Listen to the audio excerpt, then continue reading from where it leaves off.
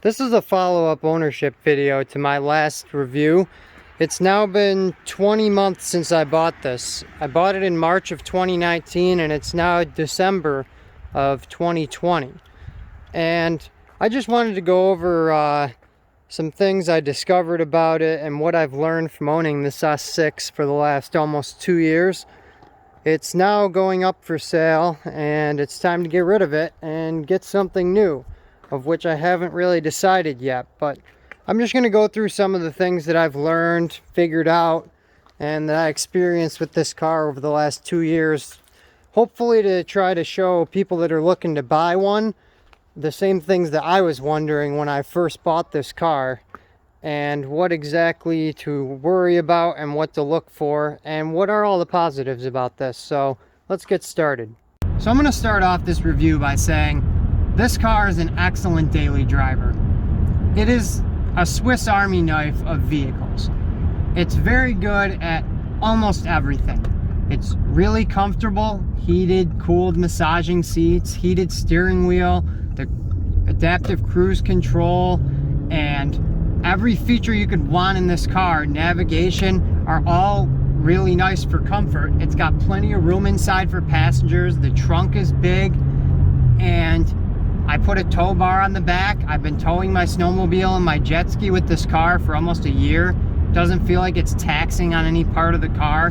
Doesn't even really feel like it's back there most of the time. It's really fast. It runs low 11s in the quarter mile with a tune and some downpipes.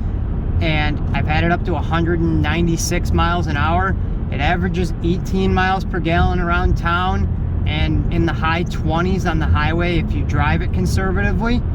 And it's pretty good at most things. This car is a very good daily driver, especially for the price.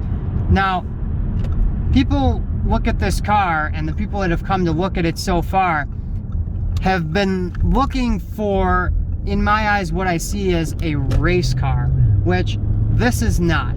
This is not a sports car or a race car, or I would even say this is borderline not a sports sedan, because the suspension is relatively soft and it's got quite a bit of body roll. The brakes aren't really as strong as they should be for a car of this weight, and it's just not, it doesn't feel like a sports car. The steering is kind of disconnected, and it's not really a sports car as much. I compare it to my S4. My 2012 S4 that I had, that car was a lot more flickable and playful and more of a sports car feeling than this. This is more of a comfortable, fast limousine feeling. Now, there's nothing wrong with that. That's what I was looking for when I bought this car. An extremely smooth and an extremely fast sedan that I could daily drive all the time. And that's exactly what I got. And that's what this car is. And that's why I was very happy with it. It pretty much does everything I ask of it. And that's why I highly recommend this car to anyone who's just looking for a fast, smooth daily driver that can just as easily do a 1,500 mile road trip as a drag race, as a quick lap around the local deserted industrial park. It's fun regardless of what you're doing with it, and it's pretty good at everything. Now, there is a few things about this car that I don't like and that I should probably make people aware of who are looking to buy these. Number one, the turbo oil screen issue, where the oil screens fail and cause your turbos to fail. This car already had that done on them before I bought it, but that is something to look out for when you're buying one of these cars. Make sure that's either been done, or if it has not been done, to get it done before you get it, or you're going to have a big repair bill. Another thing, the stock tuning on the transmission of these cars is not good for driving around town. Just blatantly is not good. It lags, it can't choose the right gear, it doesn't downshift fast enough when you come up to a light and you don't come to a complete stop, and it's just not tuned well for daily driving. Now, under wide open throttle, it's great. It's a dual clutch, it shifts plenty fast enough, it gives you the gear that you want when you try to downshift, and it's great for that. But for daily driving, it does leave a little to be desired. Also, traction control. cannot turn it all the way off. You can restrict it so that it'll let the tire spin for a short amount of time, but you cannot turn it completely off, which kind of bothered me because in all my other Audis, I enjoyed that in the snow, being able to turn the traction control off and slide the car around. But that's a small niggle. Other than that, this car has been very good to me. I mean, drivetrain wise, I haven't really had any issues with it. I just replaced one of the front wheel bearings, and I had to replace another one of the front leveling sensors in the suspension, and I had my tow bar fitted. That's pretty much the only things I've done to this car in the last year. Now, saying that, I also did put tires and brakes on it, and this car does tend to eat tires and brakes quite fast. The previous set of tires that I had on this car lasted me 14,000 miles, and the previous set of brakes lasted me about 20,000. So it does eat consumables pretty badly and pretty fast if you drive relatively aggressively, which you would expect because the car weighs 4,400 pounds, and to stop and to accelerate that is going to eat that kind of stuff up.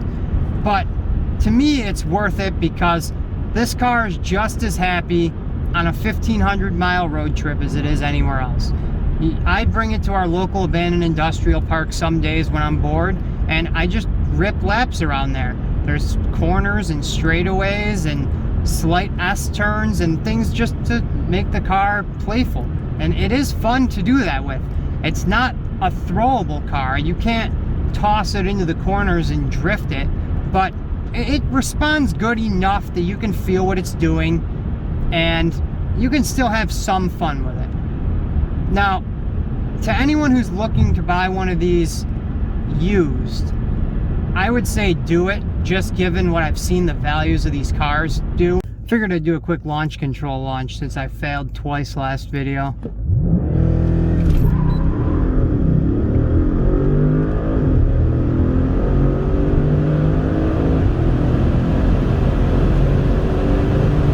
And 120.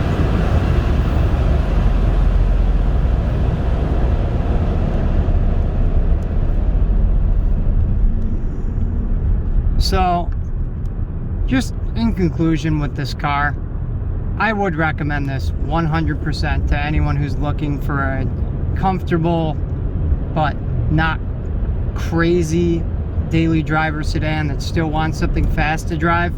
As I said, this has been up for sale actually for about a week and a half now, and I've had a ton of messages on this car, but one person show up. So we'll see how that goes. I'm gonna sell it relatively soon, and if I don't, I'm going to be trading it in.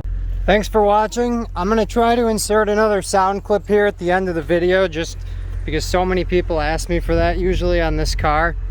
But hopefully this car goes to a good home and another person can enjoy it as much as I have. Thank you.